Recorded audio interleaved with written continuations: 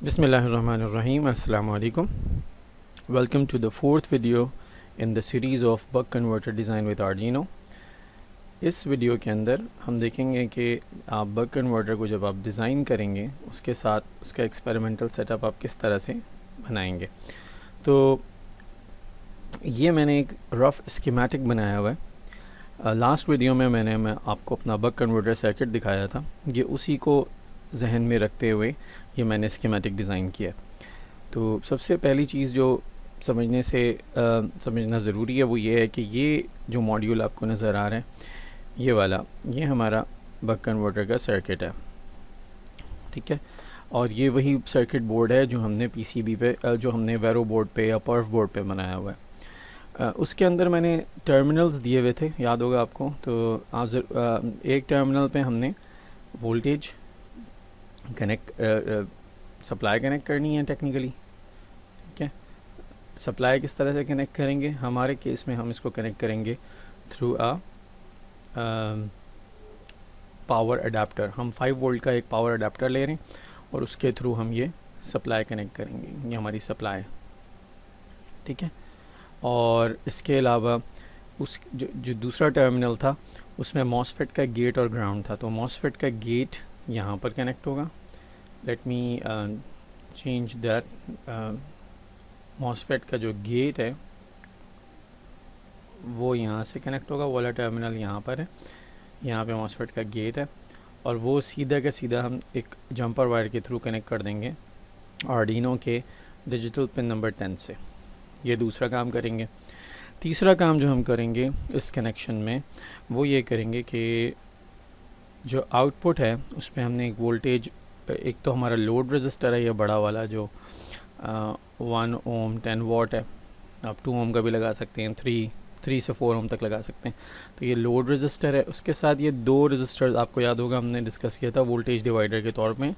इनका जो centre point है ये हमने कनेक्ट किया हुआ है आर्डिनो के एनालॉग A0 के साथ। तो ये एक तरह से हमारा इनपुट है, इसका एरो यूँ बनना चाहिए। और ये जो गेट मॉसफेट का जो गेट है आर्डिनो की पिन D10 से जो कनेक्ट हो रहा है, ये एक्चुअली D10 इस आर्डिनो का आउटपुट है, ये PWM सिग्नल देगा, ठीक है। तो और हम इस A0 से इसको सेंस कर लेंगे कि आउटपुट पे वोल्टेज क्या आ रहा है और D10 से PWM की डिफरेंट पल्स विड्थ देखेंगे कि कितना चेंज आ रहा है।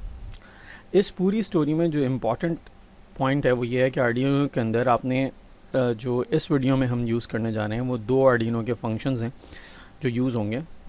जो डिजिटल पिन D10 है ये सिंपल हाई और लो भी कर सकती है, लेकिन हम इसको हाई और लो के लिए यूज़ नहीं करेंगे, हम इसको यूज़ करेंगे एज़ अ PWM आउटपुट। और PWM आउटपुट के लिए आर्डिनो के अंदर जो फंक्शन यूज़ किया जाता है उसका नाम है एनालॉग राइट। इसको अभी हम देखेंगे, यहाँ मैं जस्ट ब्रीफली डिस्कस कर रहा हूँ।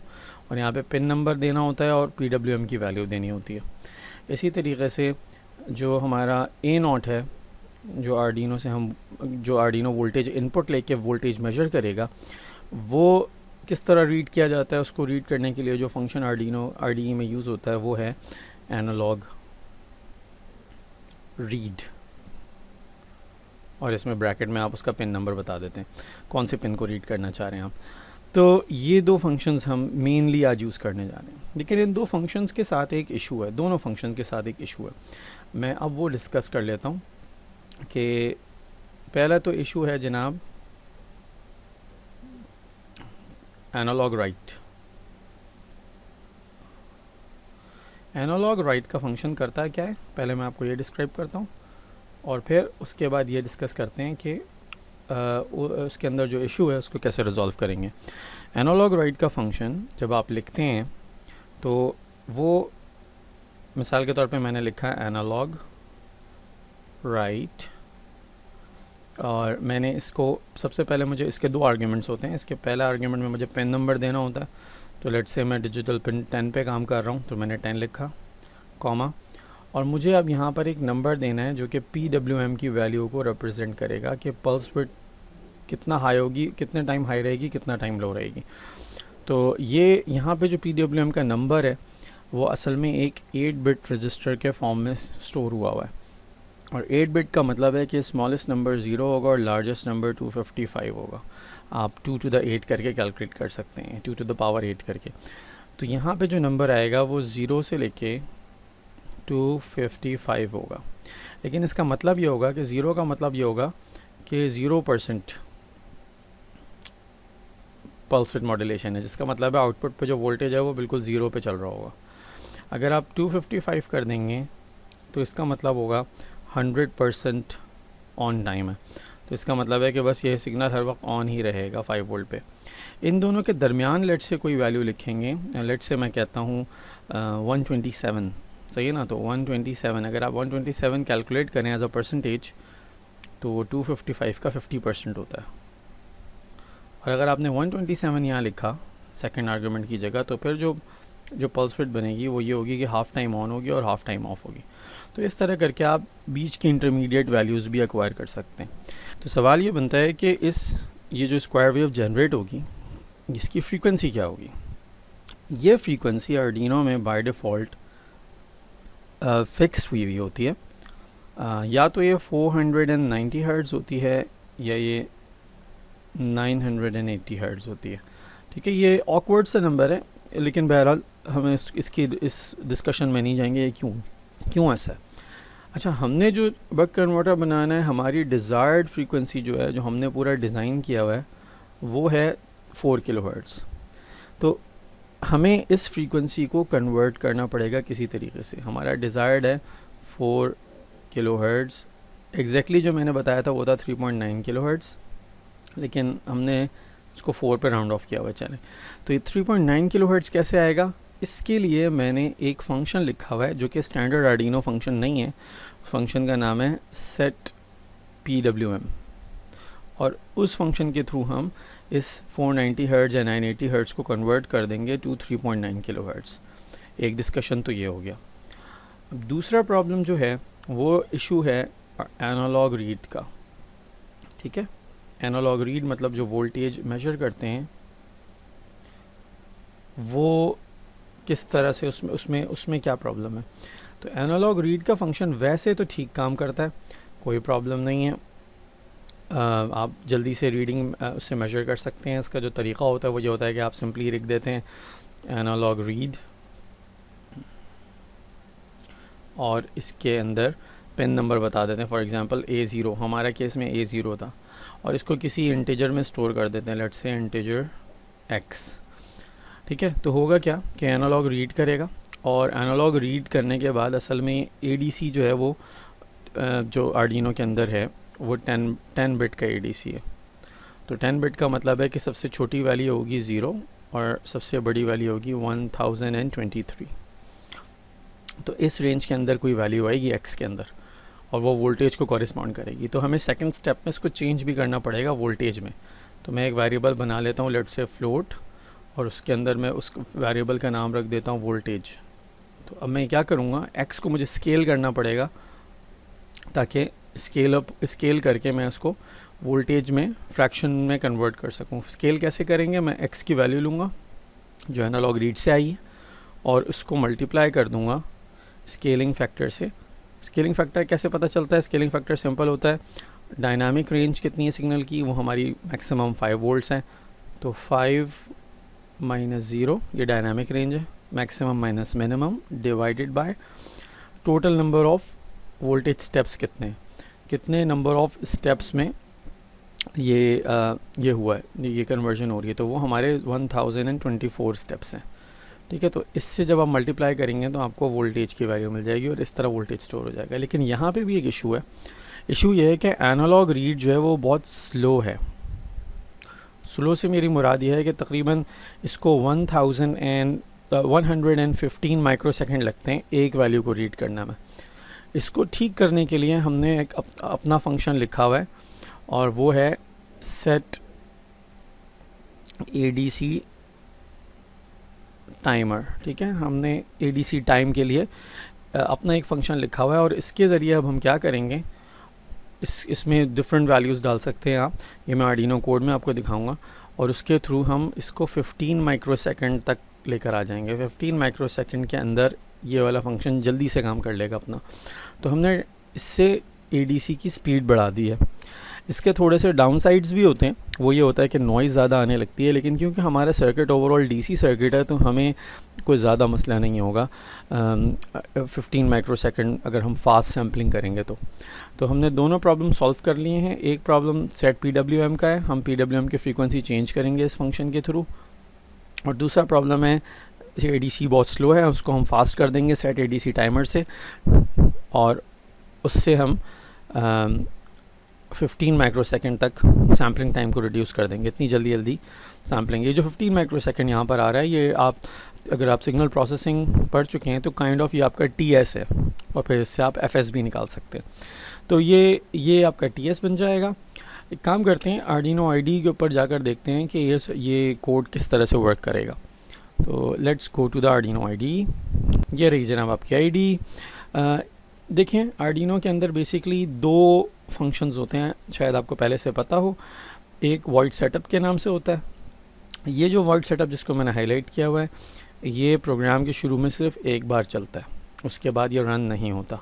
तो इसमें आप इनिशियलाइजेशन करते हैं सारी चीज़ों की, ठीक है। हाँ, वेरिएबल इसमें नहीं आप डिफ़ाइन करते, क्योंकि याद रखिएगा ये C++ फंक्शन है, C लैंग्वेज का फंक्शन है। तो फंक्शन जो होते हैं वो एक फंक्शन के अंदर के वेरिएबल दूसरे फंक्शन को नज़र नहीं आते। तो इसलिए वेरिएबल अगर बनाने हो तो नॉर्मली हैबिट ये होती है कि हम ग्लोबल वेरिएबल बनाते हैं। यहाँ पे ले फॉर एग्जांपल इंटीजर x, अगर आपको कोई ऐसा वेरिएबल चाहिए जो हर फंक्शन में नज़र आए तो आप वो ग्लोबल बनाते हैं। आर्डिनो के अंदर यही प्रोग्रामिंग मेथड है। नॉर्मल C++ में आप ग्लोबल वेरिएबल्स को अवॉइड करते हैं, आर्डिनो में यही तरीका है बनाने का। बहरहाल, तो वॉइड सेटअप के अंदर हमने क्या क्या चीज़ें इनिशियलाइज़ करनी है। हमें कुछ सीरियल पोर्ट पे डाटा चाहिए, वो हम उसके लिए सीरियल डॉट बिगिन कर रहे हैं। 115200 जो है वो सीरियल पोर्ट की स्पीड है, ये फास्टेस्ट स्पीड है आर्डिनो यूनो या नैनो के केस में, इससे ज़्यादा ये नहीं हो सकती, तो मैंने फास्टेस्ट रख दी है। पिन मोड जो है, सबसे पहले आपको मैंने दिखाया था डिजिटल पिन 10 यूज़ करेंगे, और उसको हमने एज एन आउटपुट डिक्लेयर कर दिया कि जी वो तो PWM जनरेट करेगा। तो ये आपकी PWM आउटपुट पिन है, मैं लिख भी देता हूँ PWM आउट। इसके बाद आपने A0 जो पिन है हमारी, जो जिससे हम वोल्टेज सेंस करेंगे, ये एनालॉग इनपुट की पिन है, तो इसको मैंने एज एन इनपुट डिक्लेयर कर दिया, और इसके साथ मैं लिख देता हूँ एनालॉग इन। और इसी के साथ अब हमने जो दो काम करने हैं वो दो फंक्शंस हैं, ADC सैम्पलिंग रेट वाला और PWM फ्रीक्वेंसी। तो मैं PWM फ्रीक्वेंसी चेंज करूँगा, और PWM फ्रीक्वेंसी को मैं यहाँ पे मैंने 4 लिखा है, आप भी 4 ही लिखिएगा। 4 का मतलब ये होगा कि अब ये PWM फ्रीक्वेंसी हो जाएगी 3921 हर्ट्ज़, ठीक है, तकरीबन 4 किलो हर्ट्ज़। तो 3921 हर्ट्ज़ हो जाएगी आपकी PWM फ्रीक्वेंसी। और सैम्पलिंग रेट जो है मैंने यहाँ पे 1 रखा हुआ है, आप भी 1 ही पिक कीजिएगा। इस फंक्शन में और भी ऑप्शंस हैं, मैं अभी दिखा दूंगा आपको। 1 पिक करने से क्या होगा कि ये 15 माइक्रोसेकंड के अंदर सैम्पलिंग करेगा, ठीक है। और फाइनली आप लिखेंगे एनालॉग राइट। यहाँ पर आकर आप कमांड दे रहे हैं कि एनालॉग राइट को एक्टिवेट कर दो, पिन नंबर 10 के ऊपर PWM सिग्नल जनरेट कर दो, और 127 की वैल्यू से जनरेट कर दो, जिसका मतलब है 50% ड्यूटी साइकिल, ठीक है। तो हाफ टाइम ऑन होगा, हाफ टाइम ऑफ होगा। हम ये टेस्टिंग इसी से करेंगे, और फिर फाइनली हम लूप में आ जाएंगे। ये हमारा दूसरा फंक्शन है। लूप क्या करता है? लूप फंक्शन एक इनफाइनाइट लूप होता है, और ये हमेशा चलता रहता है आर्डिनो के अंदर। तो इसके अंदर हम वो काम करते हैं जो हमें रिपीटेटिवली बार बार करवाना हो। इसके अंदर हमने ये देखें एनालॉग रीड से वैल्यू रीड की, और उसको वोल्टेज में कन्वर्ट किया, बिल्कुल उसी तरीके से जैसे मैंने डिस्कस किया था, और फिर फाइनली इसको सीरियल पे प्रिंट कर दिया, दिखा दिया। तो हम इसके थ्रू सीरियल पे वोल्टेज रीड करेंगे। इसके नीचे इस कोड में ये ADC सैम्पलिंग रेट वाला फंक्शन है, आप चाहें तो इसको पढ़ सकते हैं खुद से, लेकिन इसको इस कोड में मैं एक्सप्लेन नहीं करूँगा। इसके अंदर आपके पास 4 ऑप्शंस हैं। आप 15 माइक्रोसेकंड TS रख सकते हैं, 28 माइक्रोसेकंड रख सकते हैं, 56 माइक्रोसेकंड रख सकते हैं, या 112 माइक्रोसेकंड रख सकते हैं। तो ये हमने 1 पिक किया है सैम्पल टाइम, तो हमारा ये वाला है। इसी तरह से एक और फंक्शन भी मैंने लिखा हुआ है, सेट PWM फ्रीक्वेंसी। इसके अंदर हमने जो फ्रीक्वेंसी पिक की हुई है वो हमने 3921 हर्ट्ज़ पिक की हुई है, ऑप्शन 4 पिक किया हुआ है। तो ये दो फंक्शंस भी मैंने साथ लिखे हुए हैं, ये कोड नीचे डिस्क्रिप्शन में मौजूद होगा। अब आपने करना क्या है, इस पूरे कोड को डंप करना है, यानी कि अपने आर्डिनो के अंदर अपलोड करना है और फिर टेस्टिंग करनी है कि क्या वाकई में 50% ड्यूटी साइकिल करने की वजह से आउटपुट का वोल्टेज हाफ हो रहा है कि नहीं। So let's go to the test bench and test this code out. इस कोड को आर्डिनो में डालेंगे और सर्किट भी कंप्लीट करेंगे साथ, और फिर देखेंगे कि क्या आउटपुट पे वोल्टेज हाफ हो रहा है या नहीं। So let's move to the test bench. We are on the bench. हमारे पास इस वक्त एक मेरे पास हाथ में स्क्रू ड्राइवर है ताकि मैं एक वायर्स कनेक्ट कर सकूँ इस सर्किट के साथ। साथ साथ मेरे पास यहाँ पे एक अडाप्टर है, ये बेसिकली एक 5 वोल्ट अडाप्टर है। इतना क्लियर इसमें शायद नज़र ना आ रहा हो आपको, लेकिन ये 5 वोल्ट 2 एम्पेयर का अडाप्टर है। और मैंने किया ये है कि इसके जो वायर एंड है उसको मैंने क्लिप कर लिया है। आप क्लिप कर सकते हैं इस तरह से ताकि आसानी से कनेक्ट किया जा सके। तो ये रहे इसका एंड और मैंने इसको इस तरह से क्लिप कर लिया, तार इसके मैंने खोल लिए और अब मैं इसको इसके साथ कनेक्ट कर दूंगा। साथ ही साथ मैं एक और काम ये करूँगा कि जो इसका इनपुट है, जो कि बेसिकली इस सर्किट के ऊपर ये वाला कॉन्टैक्ट है, तो यहाँ पे मैं इनपुट लगा दूंगा। ये मेरी इसमें जो राइट साइड वाला कनेक्टर है ये VCC है और जो लेफ़्ट है ये ग्राउंड है। तो यहाँ 5 वोल्ट और ग्राउंड आ जाएगा इसके वायर्स। और साथ साथ में यहाँ पे एक छोटा सा वोल्ट मीटर भी है मेरे पास, ये लगा दूंगा ताकि आपको मुस्तकिल इनपुट वोल्टेजेस नज़र आ सकें।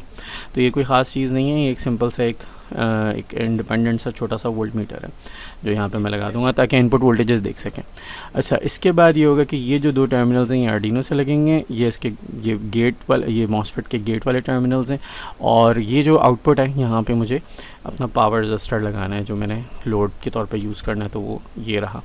मैंने ऑलरेडी इसके ऊपर वायर्स यहाँ पे थोड़े से इसको वायर्स एक्सटेंड करने के लिए थोड़े से वायर्स सोल्ड कर लिए हैं, ये आप देख सकते हैं। ये 20 वाट 1 ओम का रजिस्टर है, आप 10 वाट भी यूज़ कर सकते हैं, इवन 5 वाट भी यूज़ कर सकते हैं, लेकिन बहरहाल 10 वाट यूज़ करना सेफ़ है। तो ये हम जो है फिर इस जगह राइट हैंड साइड पे यहाँ पे लगा दूँगा।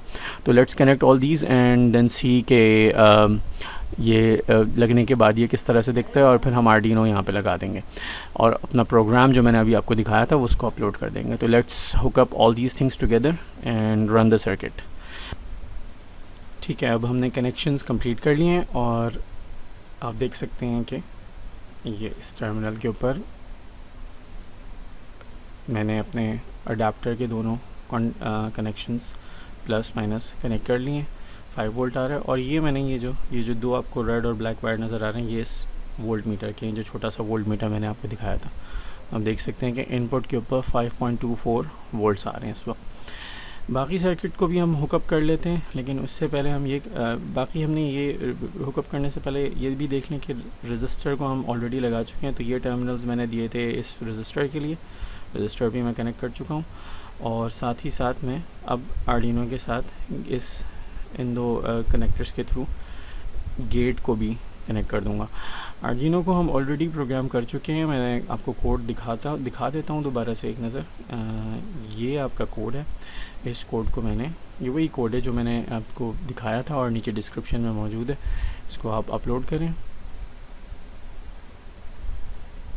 याद रखिएगा आर्डिनो में कोड अपलोड करने से पहले आपने डन अपलोडिंग लिखा हुआ आ गया है यहाँ पे, मगर ख्याल ये रखिएगा कोड अपलोड करने से पहले टूल्स के अंदर आप प्रॉपर्ली जाके आर्डिनो नैनो का बोर्ड और ATmega 328P और फिर कॉम पोर्ट सही से सेलेक्ट कर लें।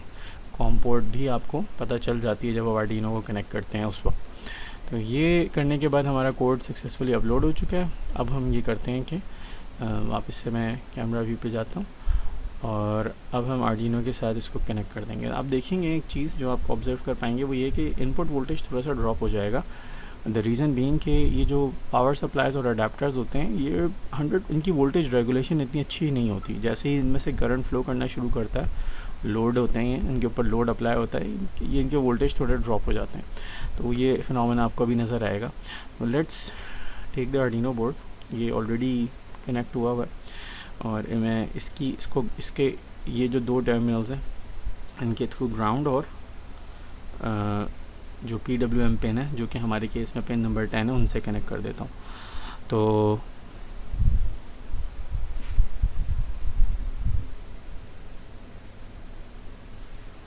हमारे पास जो ग्राउंड है वो ये ग्रे वाला वायर है,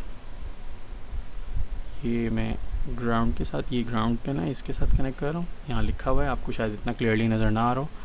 और ये जो रेड वाला है ये हमारा पिन 10 से कनेक्ट कर दिया। और जैसे ही मैंने ये किया है, आप देख सकते हैं कि ये 4.88 हो गया, ठीक है ना, 87 हो गया। ये थोड़ा सा ड्रॉप हो गया क्योंकि अब पावर फ्लो कर रही है और जो अडेप्टर है उसके अंदर थोड़ा सा वोल्टेज ड्रॉप आ रहा है, उसकी रेगुलेशन इतनी अच्छी नहीं थी, इस वजह से। शायद आपको यहाँ पे एक हमिंग साउंड सुनाई दे। उसकी रीज़न यही है कि हम 3.9 किलोहर्ट्ज़ की फ्रीक्वेंसी पे काम कर रहे हैं और उसकी वजह से ये एक बजिंग साउंड आएगी। बेहतर जो बक कन्वर्टर्स होते हैं उनके डिज़ाइन में कोशिश करते हैं कि 20 किलोहर्ट्ज़ से हायर फ्रीक्वेंसी पर डिज़ाइन करें। बहरहाल हमने अपनी आसानी के लिए इसको 3.9 किलोहर्ट्ज़ पर डिज़ाइन किया, जिसकी वजह से ये साउंड आपको शायद सुनाई भी दे रही हो इस ऑडियो में। और अब हम एक काम ये करते हैं कि आउटपुट पे वोल्टेज मेजर करते हैं। याद रखिएगा, हमने कोड के अंदर 127 का PWM की वैल्यू दी थी। एंड 127 का मतलब ये है कि आपने 50% PWM दिया है। तो देखते हैं आउटपुट पे क्या वोल्टेज आता है। तो ये मैंने वोल्ट मीटर लिया हुआ है, आप देख सकते हैं। होपफुली आपको स्क्रीन नज़र आ रही होगी। मैं इसकी लाइट भी ऑन कर लेता हूँ और मैं वोल्ट मीटर को इस आउटपुट टर्मिनल पे कनेक्ट करके देखता हूँ कि क्या वोल्टेज आ रहा है। तो ये मैंने लगा दिया और अब आप देख सकते हैं कि आउटपुट के ऊपर 2.15 वोल्ट आ रहा है, जबकि इस वक्त इनपुट पे 4.9 वोल्ट्स है, ठीक है ना। तो रफली हाफ है। तो 50% पे रफली आपको आउटपुट पे भी तो हाफ से थोड़ा सा कम है, थोड़े से लॉसेस होंगे इस वजह से आपको आउटपुट पे 2.1 नज़र आ रहा है। इसी तरह से अगर मैं PWM की वैल्यू चेंज करूँ, ये देखिए मैं दोबारा दिखा देता हूँ कि आउटपुट पे इनपुट पे 4.9 है, आउटपुट पे 2.16 है, ठीक है ना, ये रही वैल्यू। यही काम हम एक और PWM के केस में भी करते हैं, कोड पे जाते हैं और इस PWM वैल्यू को 127 सेव कर देते हैं 200, यानी कि और ज़्यादा वोल्टेज होना चाहिए अब आउटपुट पे। मैं दोबारा से कोड अपलोड करता हूँ और कोड अपलोड करने के बाद ये ऑन हो गया, ठीक है। और अब हम दोबारा से इसके अक्रॉस आउटपुट वोल्टेज मेजर करेंगे। मैं कैमरा ऑन कर लेता हूँ, ठीक है। आउटपुट वोल्टेज देखें, इनपुट वोल्टेज भी थोड़ा ड्रॉप हो गया, 3.46 हो गया और आउटपुट जो है वो 2.26 आ रहा है। तो इनपुट के रिस्पेक्ट से अगर आप देखें तो ये वोल्टेजेस सही आ रहे हैं। ये इसका रफली 200 डिवाइडेड बाई 255 जो परसेंटेज बनेगी PWM की, क्योंकि PWM की वैल्यू हमने इंटीजर के फॉर्म में देनी है और हम जो थ्योरी में पढ़ते हैं वो परसेंटेजेस के फॉर्म में पढ़ते हैं। तो परसेंटेजेस के फॉर्म में देखें तो ये काफ़ी मुनासिब है। इनपुट वोल्टेज असल में ख़ुद इतना ड्रॉप हो चुका है, इतना ज़्यादा कि आउटपुट अब आपको इतना ही मिलेगा। आप देख सकते हैं इनपुट वोल्टेज 3.46 है, 3.47 है। उसकी रीज़न वही है, हमारा अडेप्टर इतना अच्छा नहीं है। तो ये बक कन्वर्टर स्टेडी स्टेट में सही काम कर रहा है। अगर मैं इसको एक बार और टेस्ट करता हूँ और बहुत कम कर देता हूँ उस वैल्यू को, लेट्स से मैं वैल्यू कर देता हूँ इसकी पल्स विड्थ की वैल्यू कर देता हूँ 25, ठीक है। तो 25 की वैल्यू करने पे तो मैंने अपलोड कर दिया कोड को 25 करके और अब मैं वापस से देख रहा हूँ, वापस से मेजर कर लेते हैं। तो 25 पे अब ये भी देखें ना, इनपुट वोल्टेज भी बढ़ गया दोबारा से। वजह वही है कि ज़्यादा करंट ड्रॉ नहीं हो रहा, तो इनपुट वोल्टेज भी कम हो गया। लेकिन बहरहाल आउटपुट देखते हैं कि कितना 25 PWM पे क्या है। तो आउटपुट बहुत कम हो गया, सही है। तो ये डिज़ाइन सही काम कर रहा है। ऑलमोस्ट लीनियरली वोल्टेज चेंज होंगे। एक काम जो आप कर सकते हैं इसको टेस्ट करने के लिए, वो ये कर सकते हैं कि PWM की वैल्यू को 25 के स्टेप्स में इंक्रीमेंट करते जाएं, कोड में अपलोड करते जाएं और इनपुट और आउटपुट वोल्टेजेस को मेजर करके एक टेबल बना लें। आपको पता चल जाएगा कि PWM लीनियरली चेंज कर रहा है आउटपुट को या नहीं, ठीक है।